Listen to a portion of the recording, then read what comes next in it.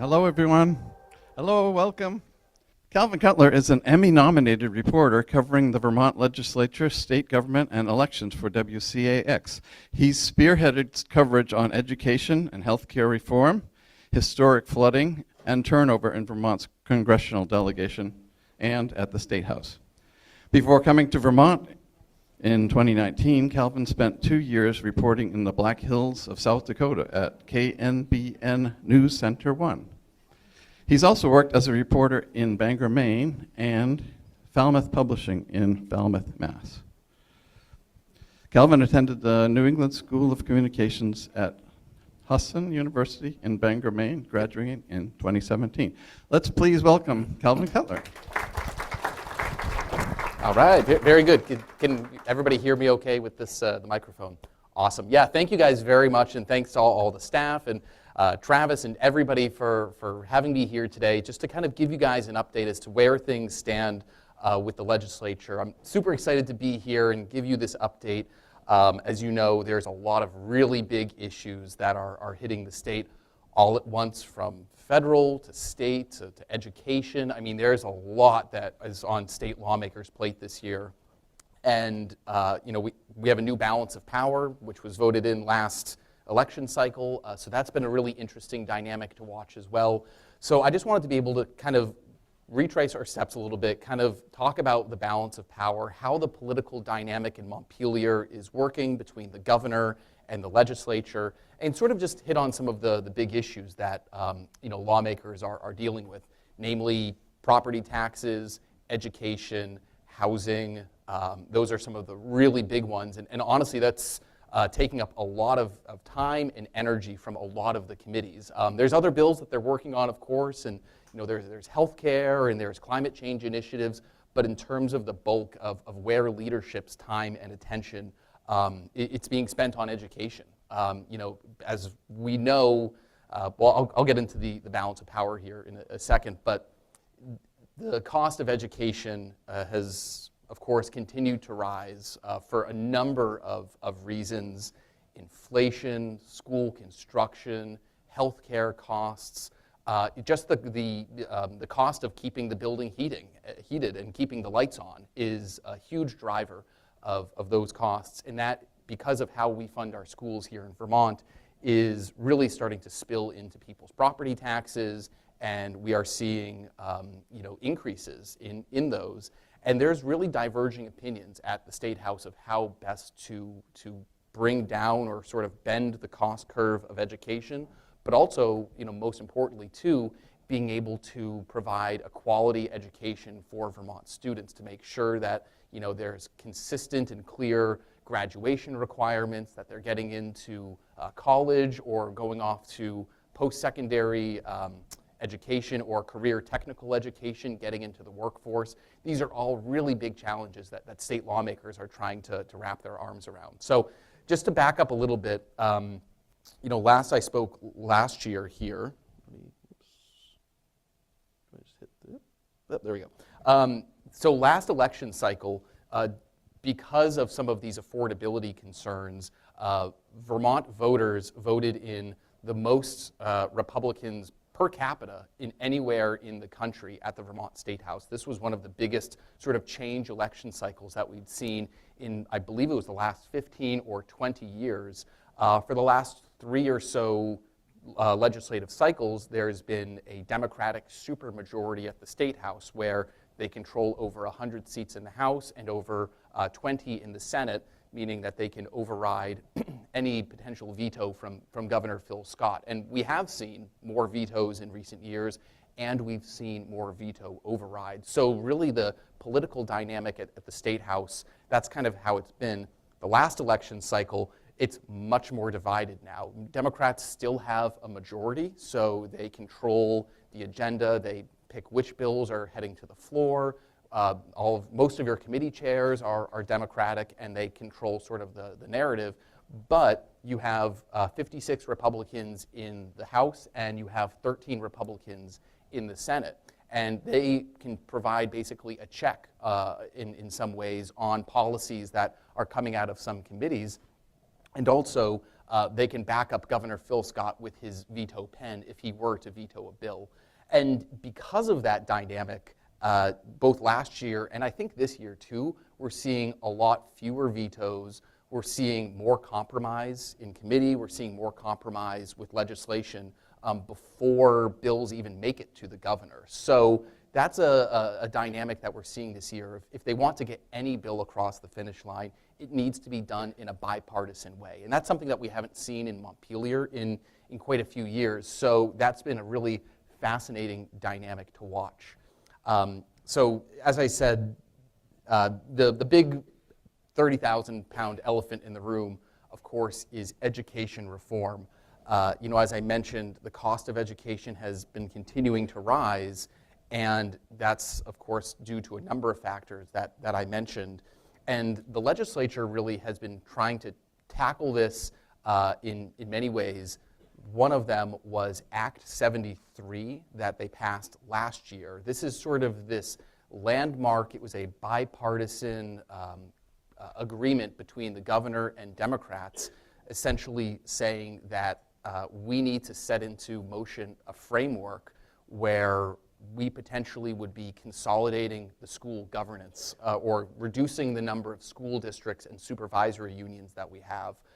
Right now it's somewhere over, I believe, 120 or so for about 83,000 students. And so a lot of folks have said if you can reduce that administrative cost, maybe there will be more efficiencies or more savings. And Act 73 was this framework that they passed, which down the road could potentially lead to school consolidation, school closures, fewer staff members. The idea, of course, being most of the cost of delivering education is humans, right? It's feeding kids, and it's also health care and benefits and wages for your employees. So that was the framework that was agreed to last year, and it's been pretty controversial. A lot of lawmakers have been hearing from their constituents in a really big way, both in more urban parts of the state, like South Burlington, Chittenden County, also more rural parts of the state, places that are concerned about the future of families and their demographics and growing their community. And so here we are 1 year removed from that. They were supposed to have passed new school district maps, basically saying, let's reduce the number of over 100 districts to maybe 10 or 20 or 30, some sort of map configuration. But there was a task force that met through the summer and through the fall. It was the School Redistricting Task Force, and they took a lot of testimony. They heard from thousands of Vermonters, and they also heard from education officials, and they looked at how sort of the last, I think it was Act 46, I could be wrong, but we've been down sort of this path exploring consolidation before, and they reached the conclusion that forced school mergers and closures will not save taxpayers money, and it might do more harm than good. So the task force essentially said, we need to put pause on this effort to close schools and consolidate, and they basically came up with voluntary mergers. The governor, Governor Phil Scott, has continued to say that we need to move forward with consolidation of school districts, closures of schools. That's the only way to really, number one, make education more affordable, but number two, improve opportunities for kids. And that's, getting back to keeping it centered on students. If you are in South Burlington, let's just say, your high school student might have access to 2 or 3 languages or a study abroad program or certain extracurriculars, where if you're in Brighton or Island Pond, or if you're up in Norton, you might have to travel further to school, and you might not have the same academic or sports opportunities. And so that's really in some ways what the nut that they've been trying to crack. And it's been very challenging, though. And a lot of Vermont lawmakers on all sides of the aisle have been hearing from their constituents about the road that we're heading down, whether that's the right choice or not. So to sort of keep it short here, there's a lot here, but the House has been working on, they started with the education bill to make changes or make clarifications to last year's landmark education law. And the House basically advanced a proposal which would create something called BOCES. These are Boards of Educational Cooperative Services, I think is what the acronym stands for. And it's essentially these new sort of governance models which allow school districts to band together to share resources of HR and payroll and meals for students and transportation and busing and things like that, but it doesn't eliminate school districts or supervisory unions. And they say that really actually will save money faster. If you can flip a switch and have these 15 school districts all have the same payroll system, that potentially could save money. And also, I didn't mention the foundation formula, but this is actually one of the more controversial pieces, is changing how our schools are funded. Right now, as everybody here knows, you go and you vote on your local school budget on town meeting day. Your local school board and your superintendent, they come up with their school budget, and then voters vote on that budget. They send it off to Montpelier. It's a very complex formula of how sort of the homestead yield is crafted, but Montpelier then sets the average statewide property tax and the average tax increase in each town to fund these schools or to fund what voters have asked for. What the foundation formula would do is basically it would pay each school or each district a set amount on what it costs to educate that student. So in South Burlington, they might say, here's how much it costs to educate your average student. The state would then give those dollars to the district. And then up in, let's just go back to Island Pond, they might say Island Pond students have to drive all the way to, what's the name of it? Canaan, sorry. And they have to drive all the way to Canaan. You know, that's more time, more fuel, more gas. Rural students or English language learner students might be more expensive to educate. And so it basically would pay them a little more. So that is essentially, it's the state taking control of where the dollars are flowing and how much. This bill that the House passed would push that back by 2 years. But that framework is very similar to what the redistricting task force had recommended, and it almost certainly is set to face a veto from Governor Phil Scott. He has made it very clear that he is not going to let lawmakers leave this session unless they advance an education bill to him that moves forward forced district consolidation as outlined in Act 73. The governor has been very vocal about this, and I say that education's taking up a lot of time and energy. Almost I'm at the governor's press conference every week, and I would say probably 7 out of 10 of them have been related to education or property taxes or affordability. That's how big of a deal this is. But anyway, so Governor Phil Scott has continued to threaten to veto the state budget, which is a must-pass bill. Lawmakers cannot adjourn without it. And of course, we have to have a new budget by July 1st. The governor is saying, I'm not going to let you go home unless you advance a bill to me. Behind the scenes, just this week, there are sort of rumblings and murmurs of what happens if we can't come to a deal and we can't have a budget by July 1st. There is literature that's being passed around by state economists within the legislature at the Joint Fiscal Office of what are the effects of a government shutdown on state services and Medicaid and things like that if it does come to that. Again, we're still April, May, June, July, 2 or 3 months away from that, but there are people that are kind of reading the political tea leaves and how challenging it might be to come to a deal. So, as I said, the path forward here in the final weeks of the legislative session is very unclear. The Senate now has this bill. Actually, I believe as we're speaking right now, the Senate Education Committee is taking a look at it and trying to figure out, is this a framework that they want voluntary mergers or forced mergers like the governor wants? So those are some really big sticking points there. And just the last point on property taxes, there's also a disagreement of using surplus funds and using money to buy down your property tax increase. So because of projected school spending, as I said, for a number of a confluence of issues and reasons, school spending back in December was expected to rise about 10 to 11%. After town meeting day, and we now have most of the budgets are in and tallied up, your average statewide property tax is expected to go up about 9.5%. The House had passed a budget basically, or passed a proposal to use surplus funds to buy down some of that, basically take general fund surplus money, put that into the property tax to hold taxpayers harmless. Theirs would bring it down to about 6.5%, 7%. The Senate, and which also is another reason Governor Phil Scott does not like that. He wants to buy that down as much as they can.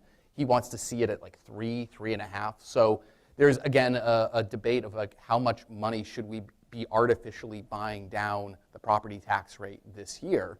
There is danger in doing that because that's artificially setting the baseline, and you're going to have that increase baked in next year before you even start tallying up your school budgets. But again, there is a real concern among Vermont lawmakers about people being able to, make ends meet and be able to pay their bills. The Vermont League of Cities and Towns actually recently testified, and they're seeing property tax delinquencies as well in some towns, which are up, and people are unable to pay their taxes. So this is, it's very on the minds of lawmakers. It's something they're working through every day. My sense is that the Senate and the governor, they'll advance the proposal to buy it down to about 3%. But again, depending on what community you live in, depending on your homestead property tax, depending on the common level of appraisal, it's a lot. But depending on where you live, it's different from town to town. But certainly, though, this is one of the big sort of outstanding questions. What are we going to do this year? So that's kind of where we stand right now with education.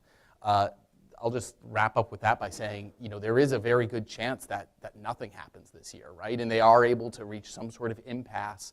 And some also are saying that this might just be duked out at the ballot box in November, with the governor saying, here's the case that I'm making, and folks that are saying we don't want to consolidate, mandate consolidation, and we'll see what happens in November. So again, this is it has not been resolved as of yet, but it's really fascinating to see, and it is taking up almost all the oxygen in the room. The other one, as you may have heard, we have a very big housing problem in Vermont. A big root of our affordability challenges, and the reason in part that property taxes are rising is because we have a declining workforce population. It's part of the reason healthcare premiums are also rising, that fewer people are sort of paying into the system. And a lot of folks are saying, boy, how do we build more housing? And if you want to build a house, right, it takes labor, construction, lumber, land, legal, and permitting, and lumber. Those are sort of the 5 L's of home construction. And a lot of them are outside of Vermont's control, right? We don't have a ton of people to build houses.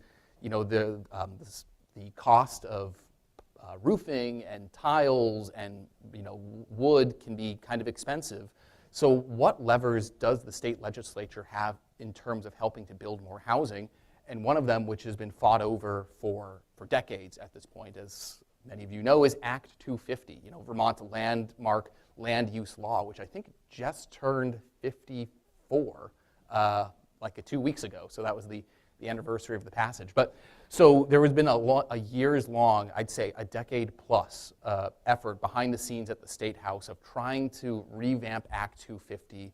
Where can it be applied? How can we have it account for modern challenges like climate change, like flooding, like forest fragmentation, things that maybe they didn't consider back in 1970 when it was passed. And 2 years ago, they landed on Act 181, which is this broad sort of interpretation of Act 250, which says it's not about the size of your project or the impact or where it is. It's not about the size of your project, but where it falls. And over the last 2 years, there's been the Land Use Review Board, or the LURB, which has been working behind the scenes to draft these new maps that show here's tier 1, tier 2, tier 3, and tier 1 being little to no Act 250 permitting whatsoever. These are our downtowns. This is next to infrastructure.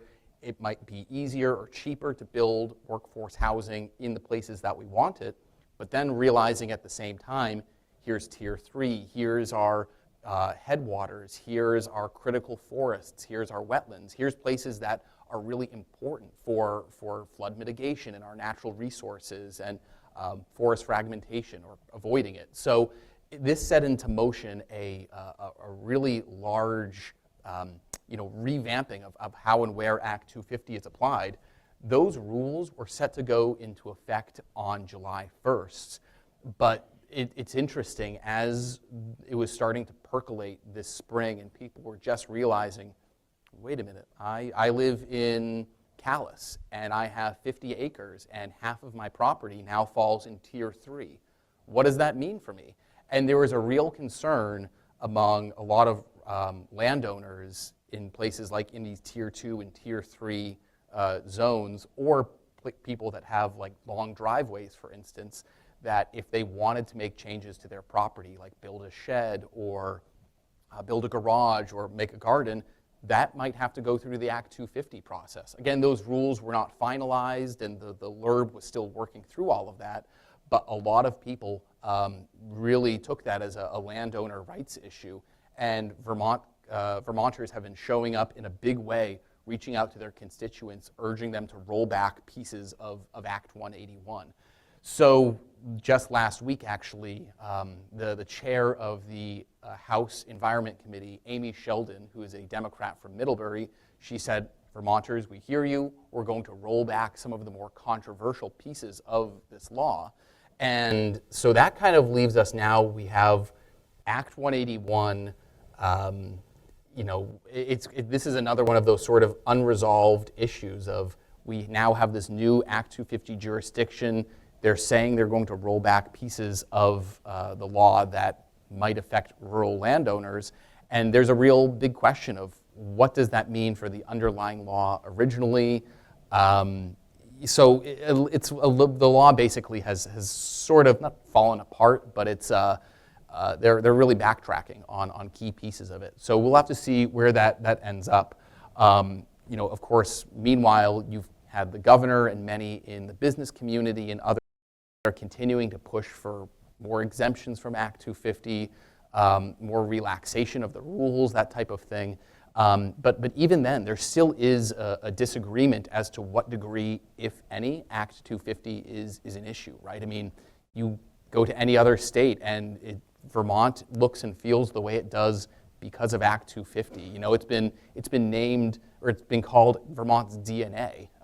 You just go over the Connecticut River into New Hampshire, and it's different. It's tough to put a pin on, and so a lot of folks will say, is Act 250 even the problem? And so that's kind of, again, this is that perennial push and pull that we see with the signature land use law.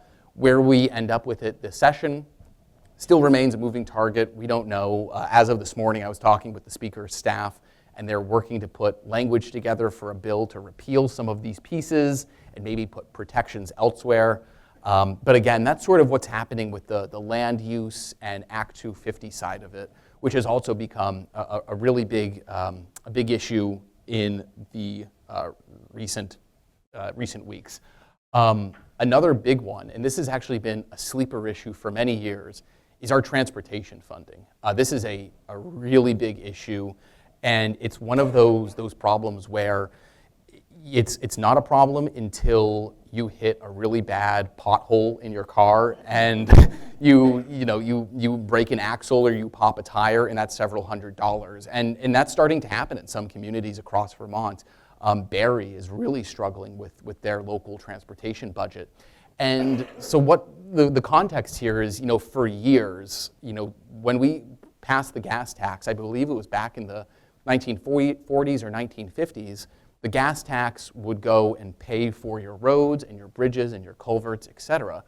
But starting really in the 70s into the 80s, 90s, cars just generally have been getting more efficient. And now we have electric vehicles that aren't paying into that at all. And so the gas tax revenues have been declining. Like I said at the beginning, the cost of healthcare, the cost of wages, the cost of asphalt and materials and gasoline to make that asphalt is rising. So for years we've had this really systemic deficiency in the transportation fund that's getting worse year over year over year. And this really hit a crisis point, I'd say last spring. Senator Richard Westman, who is a Republican from Lamoille County, he really raised the alarm and said this is an existential issue for Vermont. You know, one of government's primary responsibilities, along with public safety, is roads and sidewalks and bridges and making sure people can safely get around. And so what is happening right now is they're really coming to terms with what can we do. VTrans last year and this year, they're cutting positions, they are laying off staff, and they're pushing back some projects, not major paving projects, but they're pushing back projects where they can. Meanwhile, at the state legislature, they're considering a new fee, a mileage-based fee. So when you go in, if you drive an electric vehicle, you'd go into either the DMV or where you get your car registered. You drove 11,000 miles this year. You pay $180 or whatever the fee may be. They're still working on what exactly it will be. But, and so that's one way to collect more revenue. But that also doesn't account for people from out of state. About a quarter of the traffic on Vermont's roads statewide is from people from out of state coming to ski or hike or visit our beautiful farms, et cetera. So the mileage-based fee doesn't capture the out-of-state traffic.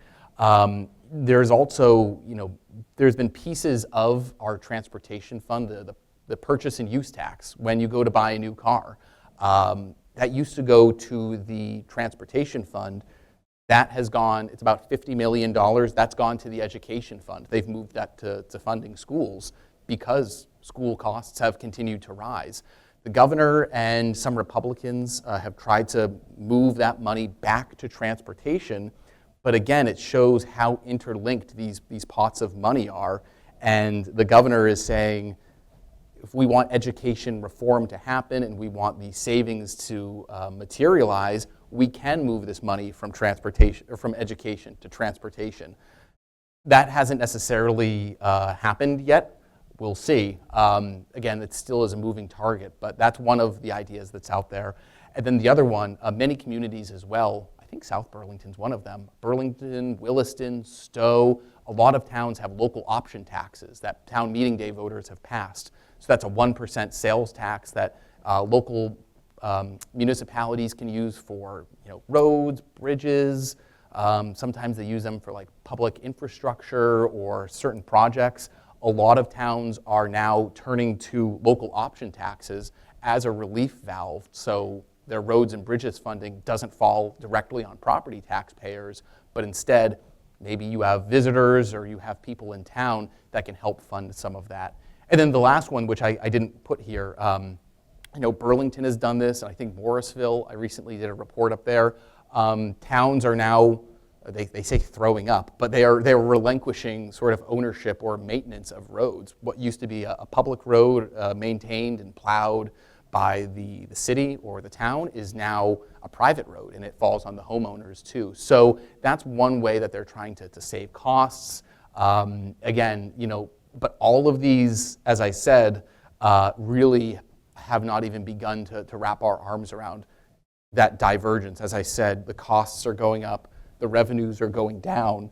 We can try to fill some of that in the middle, but this is going to take a lot more. And frankly, this is, I think, going to be a big priority of the legislature next year as well, depending on who's in it and what that looks like. So that's another big one that's been taking up time in some of the committees of jurisdiction. Public safety also was a pretty big concern, you know, in recent years, and there's been a little bit of a pendulum swing, maybe I can call it that. I'd say probably 5-10 years ago, a lot of the state legislature, you know, really was leaning into, you know, a mindset about, you know, not so much accountability, but trying to, hold people like young people, let's just say, harmless, or trying to rehabilitate people or get people into community services, as opposed to incarceration and putting them in jail, which, many at the time had said that's not right and that is not the right place for people. There has been a little bit of a pendulum shift in terms of more accountability for offenders. One of them is an initiative, Raise the Age, which essentially takes young people age, I believe, 18 up to 22, I think is what the law envisioned, and having them in crimes, unless it's like a big, like murder or a very violent crime, having those crimes being dealt with in family court. That has been a concern among some, and we've seen that play out in a number of high-profile cases. So the legislature has paused, sort of implementing that law. I think it was in 2016 or 15 that it passed. But either way, they are pausing that as a way to sort of give a relief valve to sort of our criminal justice system. This year also there's a couple of gun bills that are moving forward as well.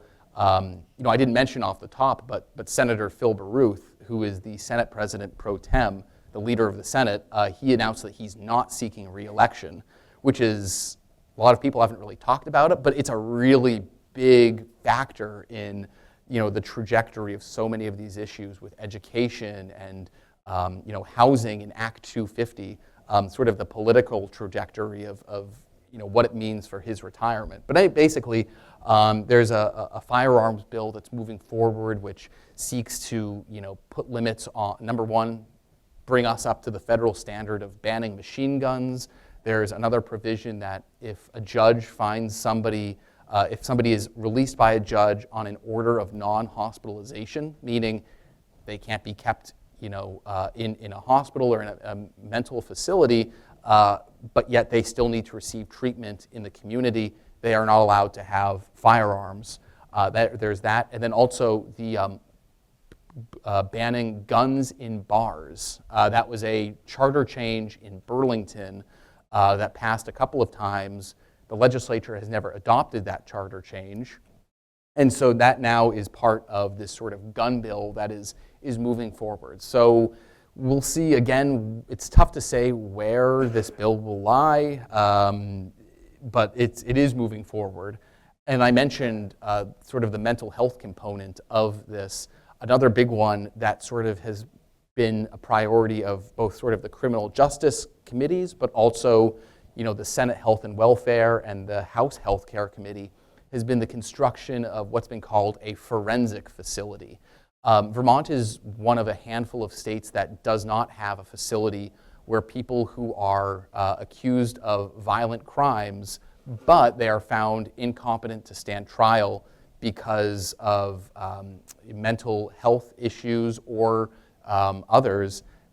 Where do you put these folks? State law says people have to be held in the least restrictive setting possible, and in part that's led to some people receiving treatment in the community, but also there are people that have slipped through the cracks, and there's been a number of high-profile homicides and murders in Enosburg. There was one in Paulet.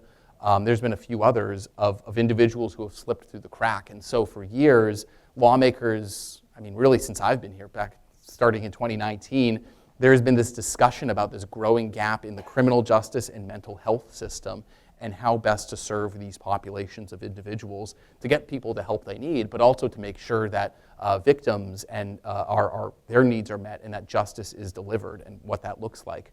So right now, this is another bill that's very, very contentious because in part, if somebody's found not guilty, but yet they're in a hospital setting, there's concerns about their civil liberties and concerns from some about putting people behind bars or putting people in a jail-like setting. So that's another bill that they're working on as well. But either in terms of the bail reform or big cannabis legislation, there hasn't really been a ton elsewhere. These are some of the big ones in the public safety realm of things. Okay, I'll try to move it along here. Also, another huge piece, lawmakers at the beginning of this session were looking down the pike when the big, beautiful bill, H.R. 1, was passed by Congress. There is potentially a lot of cuts. Vermont is very reliant on federal money. About a third of our entire state budget actually comes from the federal government. All kinds of initiatives, from highway funding to Medicaid is a huge one that funds all kinds of programs. The H.R. 1 that was passed by Congress sets into motion eligibility requirements and work requirements for SNAP, for Medicaid, for other things. And so none of that has happened yet, but there are projections about the state potentially losing tens of millions of dollars over the next few years. So that's really where lawmakers' attention was at the beginning of this session, is how can we prepare for the loss in federal funds? But also, as we know and as you've seen, President Donald Trump campaigned on enforcing a tight immigration agenda and saying, we are going to deport those who are here illegally. And that has shown up, at the beginning of the year, we saw a number of high-profile raids and enforcement actions in Jeffersonville. There was one on a farm in, I think it was Berkshire, up in Franklin County. We've seen a number of these raids, and lawmakers really said, okay, what can the state do to either try to restrict or to protect Vermonters or to set limits on where and how federal agents in the federal government can conduct business.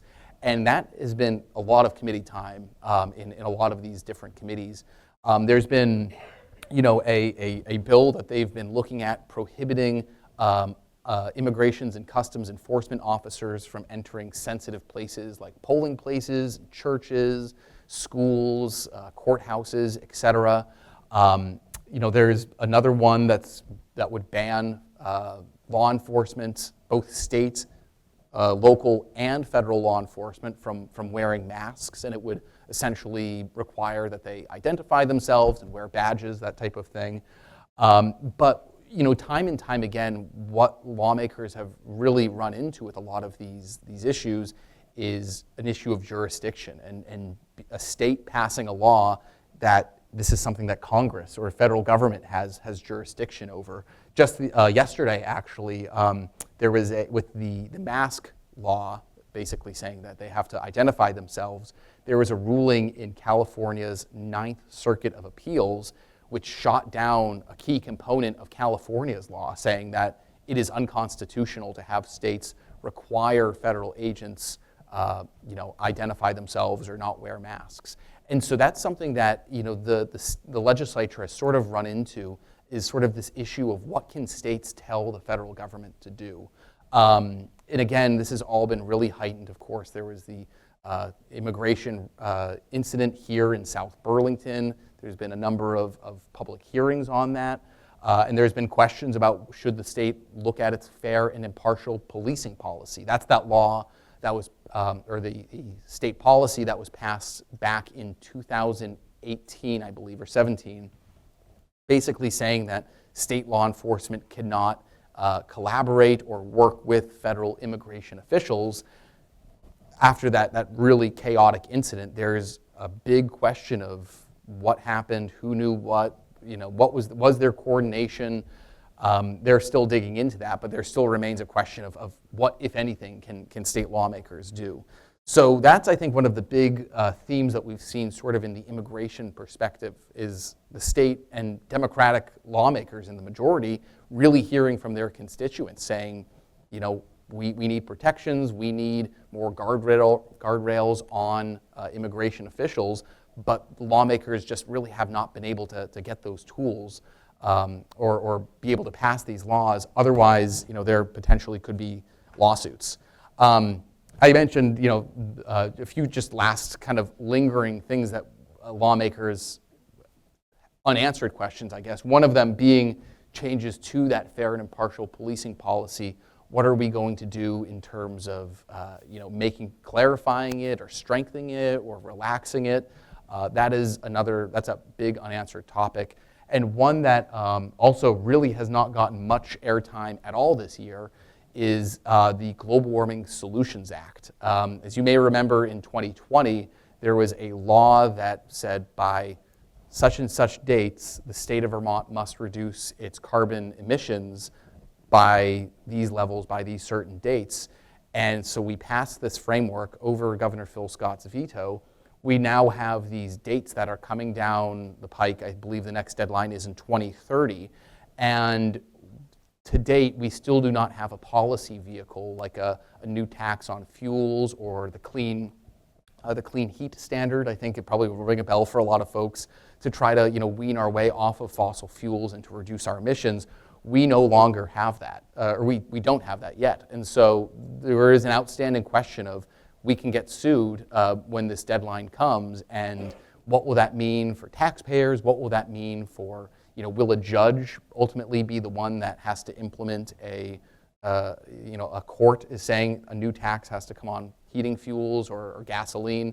So again, that's something that politically just hasn't moved forward at the State House this year. I do expect movement on that next year, but in terms of where that stands now, it is a big question mark.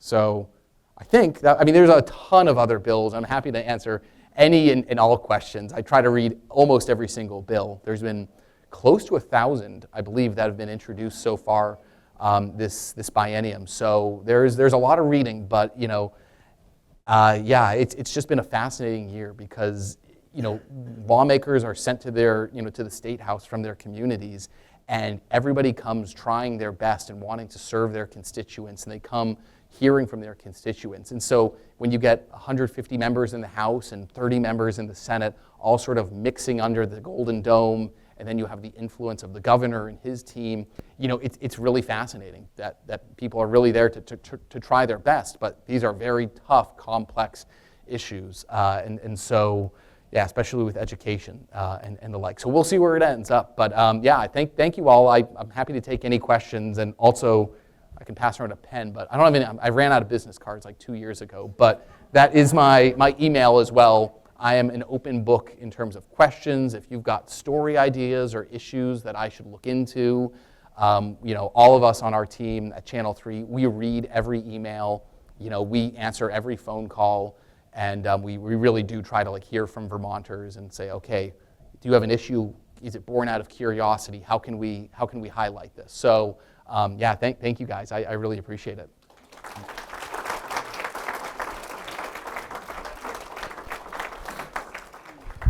Okay, as we always do, we'll take questions from the audience. And there's somebody on this side, someone on that side. Is there anybody on Zoom with questions? Why don't we start over here? Thank you very much. So you, in your bio, have served in this capacity in several different states. And so, 250 years ago when we were founded as a country, it seemed like we were embedded in this idea of states' rights and independent, state activities. But some of these issues are so complex and really require a more than just a state-by-state solution. Think about healthcare, I think about environment, et cetera. Yeah.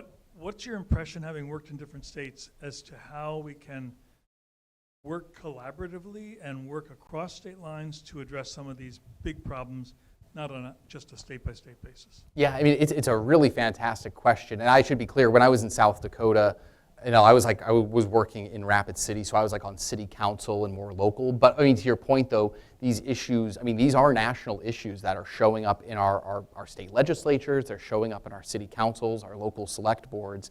In terms of how they can coordinate with other states, it's a good question. I don't know if I have the answer. There's been some initiatives like the TCI, the tax, I forget what it stands for, but it's basically a way that some states like California and New York and others have been trying to reduce their emissions by a new tax basically on fuel, a way to sort of make reduce our carbon footprint and to try to knock down climate change emissions.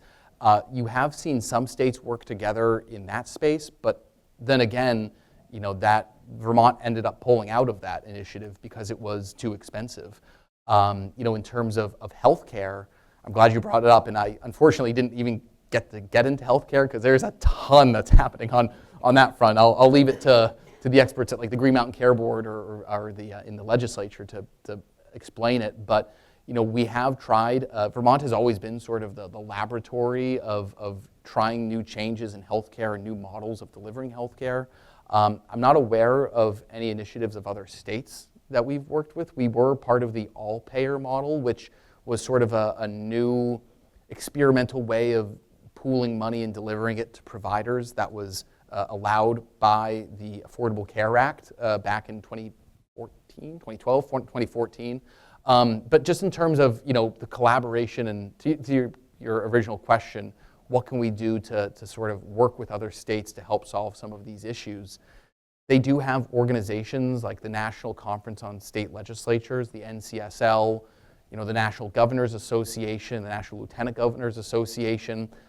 They do bring in experts of like, hey, here's what other states are doing on some of these issues, and they do have them testify from time to time. But again, it depends on where you are in the country. Washington and Oregon will take one approach to an issue. Florida will take another. Maine takes another. So, I mean, there is some sort of coordination happening, but it doesn't come up a lot, I guess maybe is what I'm trying to say.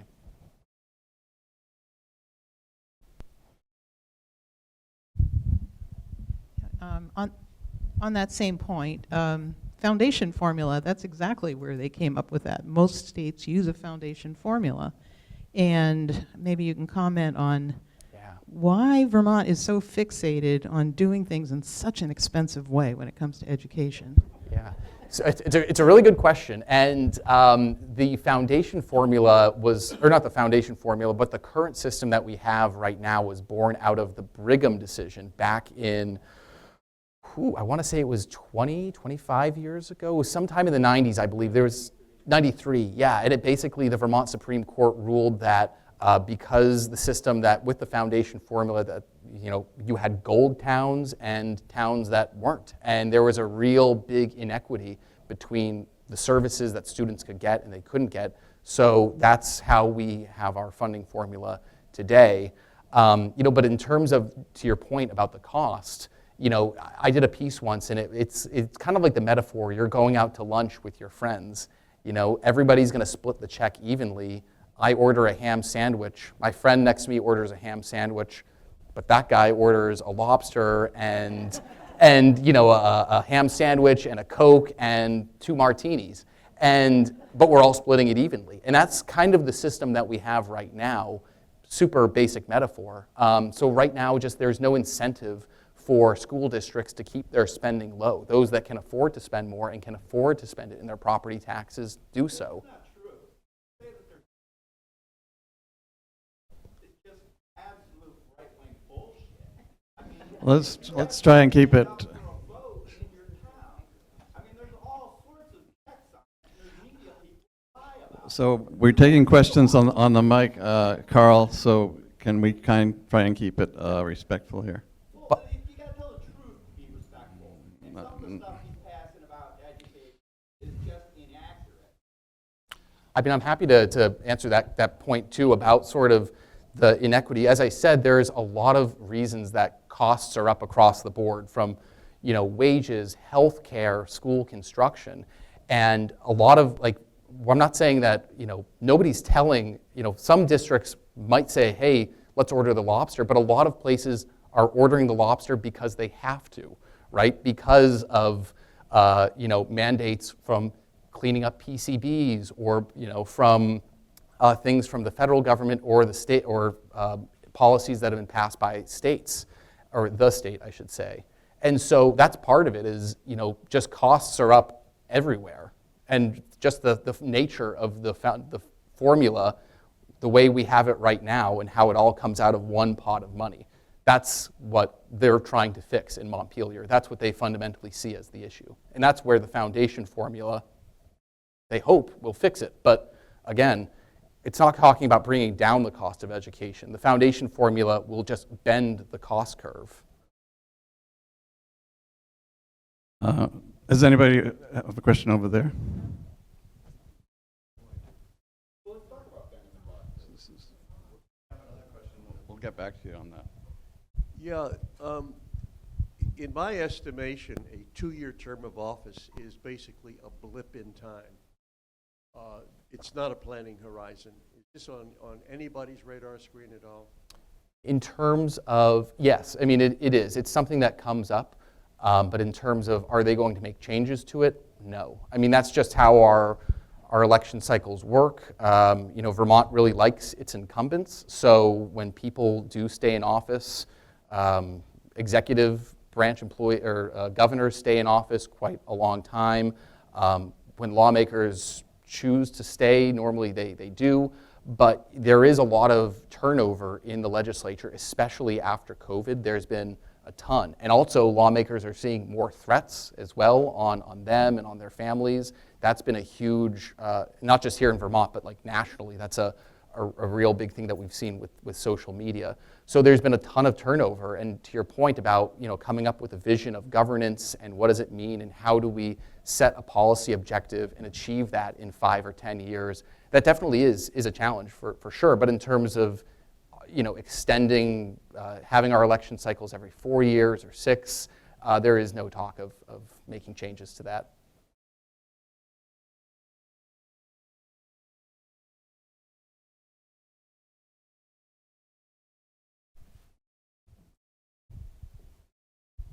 That was an excellent presentation. I mean, it was very comprehensive in the time frame you have.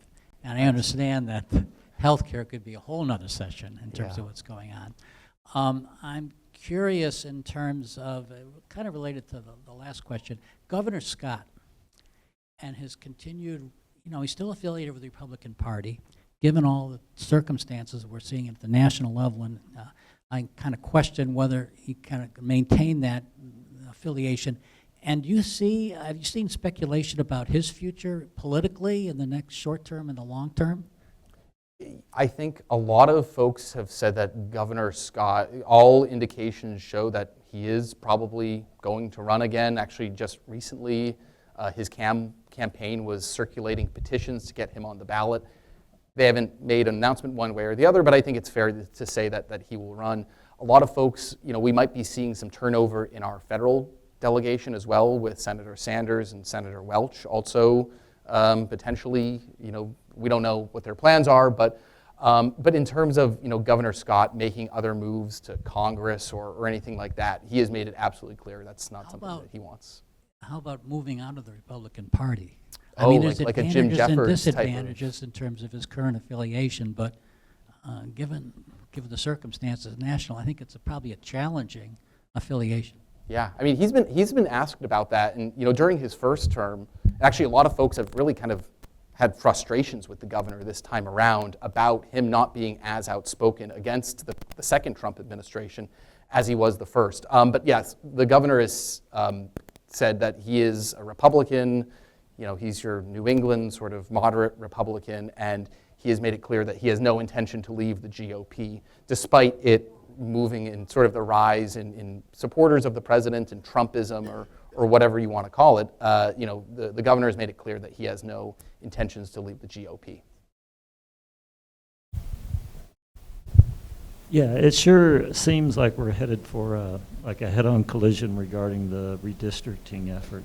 Governor Scott seems really dug in, and I'm not sure the legislature looks any less intransigent. Do you hear of any potential compromise that could happen there? Because that seems to be a major issue. That is the $1 million question, and all of us political reporters are looking for where could there be a compromise. The reason they got Act 73 across the finish line last year, and they were able to come to a bipartisan agreement, was there was pieces like, there's a study and there's a new homestead property tax classification that's moving forward, taxing second homes. In the next, I think, 3 or 4 years, Vermont will start taxing vacation homes. That was a concession that Democrats, Emily Kornheiser on the Ways and Means Committee, was able to get into that bill, right? So we don't know exactly what the contours of any sort of final plan will look like.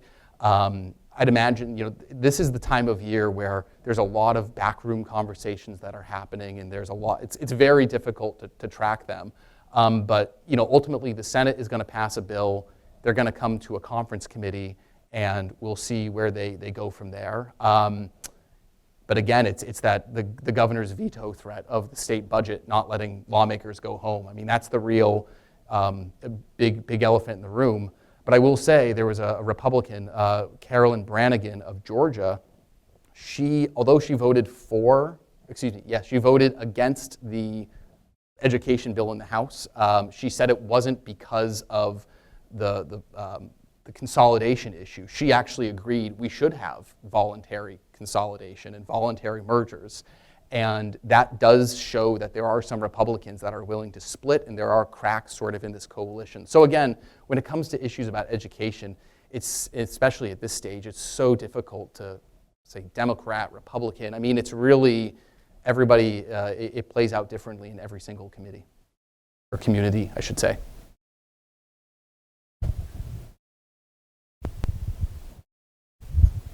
Thank you again. You did an excellent job covering so many things. But one thing I'm not hearing, a big part of our problem is we're only, 650,000 people spread across, not a huge state, but spread out a lot. And we constantly are trying to find more revenue from the few people who are here, as opposed to, I don't know, maybe I'm just missing it, but where's the discussion of economic development, of businesses that can pay taxes? Where is that in the Act 250 debate? Where is that in, whatever committee is dealing with that right now? It's a great question, and you're right. I mean, that's a big piece of this conversation. We talk about land use, and it is all tied in with the Act 250 piece of this.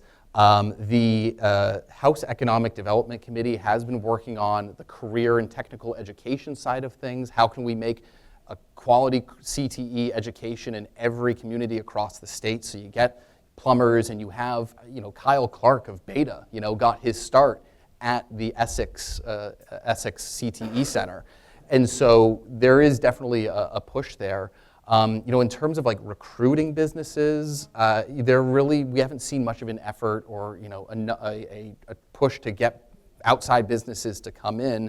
There is a real big understanding that, if we're going to have businesses, it's going to be like Beta or Ben & Jerry's or, some of these small businesses that start and then they work their way up and they grow, and you have entrepreneurs, and it's going to happen here organically, locally. And so that's kind of the approach that they're taking. But you're right, though, in terms of our declining demographic, workforce, economy, it's all interrelated. And the affordability piece of it is there too. There's the housing piece of it. In terms of, I don't know if this answers the question, but it is all interrelated. And there are folks in the building that are talking about the economic development piece of it. But it doesn't come up as much, or it's not always the main topic, but it's one that's hanging out there.